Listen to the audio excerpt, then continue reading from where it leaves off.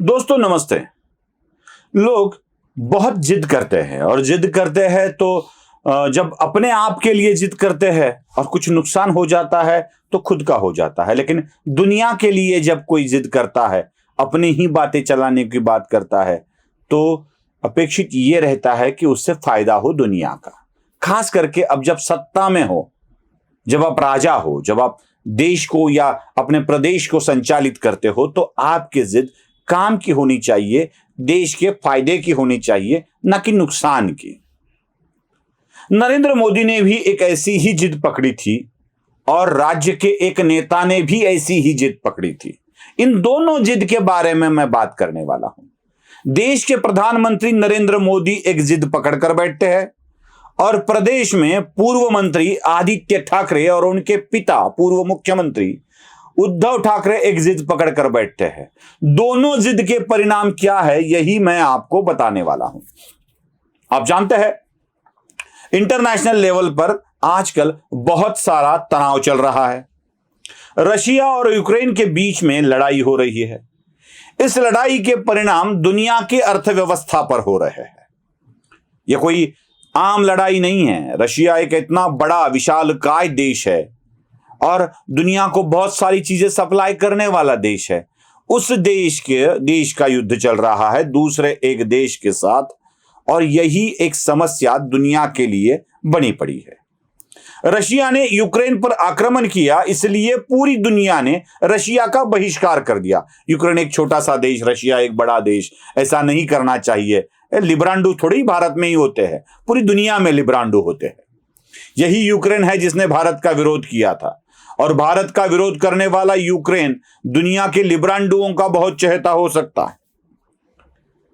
Ukraine पर Russia का हमला होने के बाद पूरी दुनिया रशिया से रिश्ता तोड़ने लगी, अपने आदान प्रदान को बंद करने लगी। लेकिन प्रधानमंत्री नरेंद्र मोदी ने एक जिद पकड़ ली कि नहीं, मैं रशिया के साथ का व्यापार बंद नहीं करूंगा।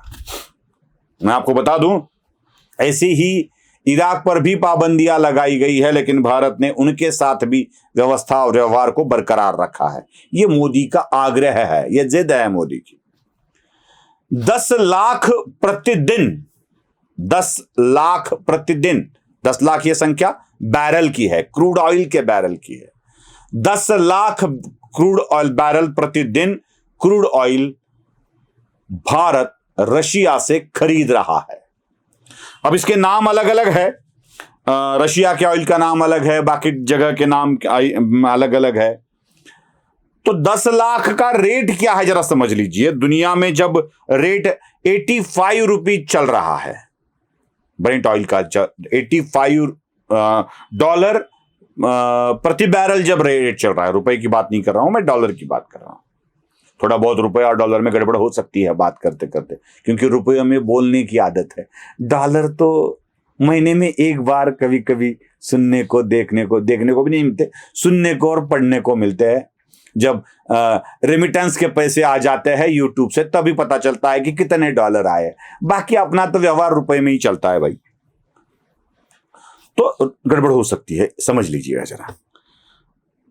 तो 10 लाख प्रति दिवस बैरल अगर मंगाते हैं तो $85 जब रेट चल रहा होता है, तो प्रधानमंत्री 55 से लेके $60 तक पैसा देकर क्रूड ऑयल रशिया से मंगाते हैं, और लगभग इसी रेट में 9,60,000 प्रतिदिन बैरल इराक से मंगवाते हैं। तो देश का $25 तक का फायदा तो होता ही रहा है। बाद में दुनिया जाग गई, पता चला कि रशिया और इराक भारत को क्रूड ऑयल सप्लाई कर रहा है और बहुत फायदे में रह रहा है भारत। दुनिया नहीं रह रही है फायदे में, भारत बहुत फायदे में रह रहा है। तो उसने इंटरनेशनल लॉबी ने एक कैप लगा दिया प्राइस पर। वो कैप है 60 से 70 रुपए, $70 पर बैरल का प्राइस कैप लगा दिया। फिर भी प्राइस कैप लगाने के बाद भी अगर 70 से भी मिलता है तो $15 का भी फर्क पड़ता ही है। भारत ये खरीदते आया है। रशिया के ऑयल के निर्यात में से 40% ऑयल अकेला भारत खरीद रहा है। 5,800 करोड़ रुपए की खरीद हो रही है। इसमें भारत का बड़ा फायदा है। अब आप 10-15 का भी और 10 लाख बैरल का भी, 10-15 $15 पकड़ के चलिए, $15 और 10 लाख बैरल भी अगर पकड़ के चले तो कितना करोड़ में फायदा होता है, आप ही अंदाजा लगा लीजिए। यह है एक जिद जो करोड़ों में देश का फायदा कर रही है। अब दूसरी वाली जिद बताता हूं मैं आपको, यह भी जरा समझ लेना चाहिए। आदित्य ठाकरे ने, बच्चे आदित्य ने पिता उद्धव के पास जिद पकड़ ली। जिद क्या पकड़ ली? वो प्रभु राम की तरह मुझे खिलौने में चांद चाहिए वाली जिद नहीं थी। इसने बोल दिया कि नहीं नहीं नहीं नहीं, आरे में कार शेड मेट्रो का नहीं बनाना है, मुझे कांजूर मार्ग में बनाना है। आरे में पेड़ है, आरे में ये है, आरे में वो है। अरे अरे कहते कहते पिताजी ने अपने बेटे की इच्छा पूरी कर दी और कह दिया कि चलो बना दो, कांजूर मार्ग में बना दो। आरे में ना बनने के कारण, कांजूर मार्ग में ले जाने के कारण और वहीं पर भी सुरक्षा सुविधाएं मुहैया न कराने के कारण मुंबई मेट्रो की प्रोजेक्ट कॉस्ट अगर बढ़ गई है तो कितनी बड़ी है? 10,000 करोड़ रुपए से बढ़ गई है। मतलब पहले वाले कॉस्ट में 10,000 करोड़ रुपए ऐड हो गए। अब मामला अदालत तक गया, सुप्रीम कोर्ट, हाई कोर्ट, लड़ाई होने लगी। कोर्ट ने यह कह दिया, सीधे तौर पे कह दिया कि आरे के कार शेड पर पाबंदी नहीं लगाई जा सकती। अगर किसी प्रोजेक्ट के लिए पेड़ काटने हैं तो उसकी परमिशन देने की अथॉरिटी ट्री अथॉरिटी को है। वो देखेंगे, उस पर निर्णय लेंगे, परमिशन देंगे या नहीं देंगे, ये उस अथॉरिटी का मामला है। हाई कोर्ट इसमें दखल नहीं देगी। अब आरे कार शेड पर स्टे नहीं लगाया जा सकता और आरे कार शेड का मामला साफ हो गया। लेकिन जब तक यह प्रोसेस चलती रहती 2.5 साल में, एक तो मुंबई मेट्रो का काम लेट हो गया, ये वाली बात अलग है, और दूसरा 10,000 करोड़ रुपए की कॉस्ट बढ़ गई।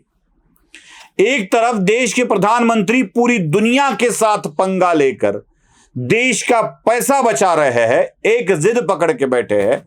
एक बच्चा इधर जिद पकड़ के बैठा है और उस जिद के कारण देश का 10,000 करोड़ का नुकसान हो रहा है।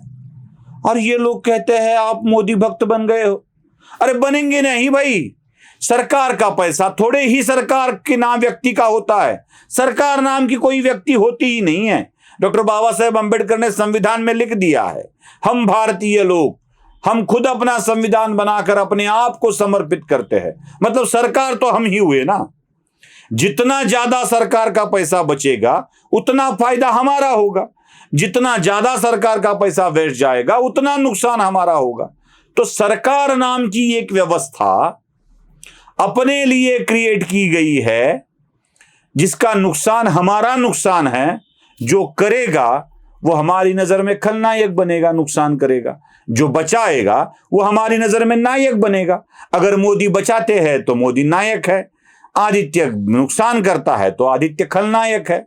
तो स्वाभाविक तौर पर हम बता रहे हैं कि अगर आपको लगता है कि हम मोदी भक्त है तो जरूर कह दीजिएगा। और साथ ही साथ आप सबसे विनती है, पसंद आता है तो सब्सक्राइब का बटन दबा दीजिए ना। क्यों रुक रहे हैं आप?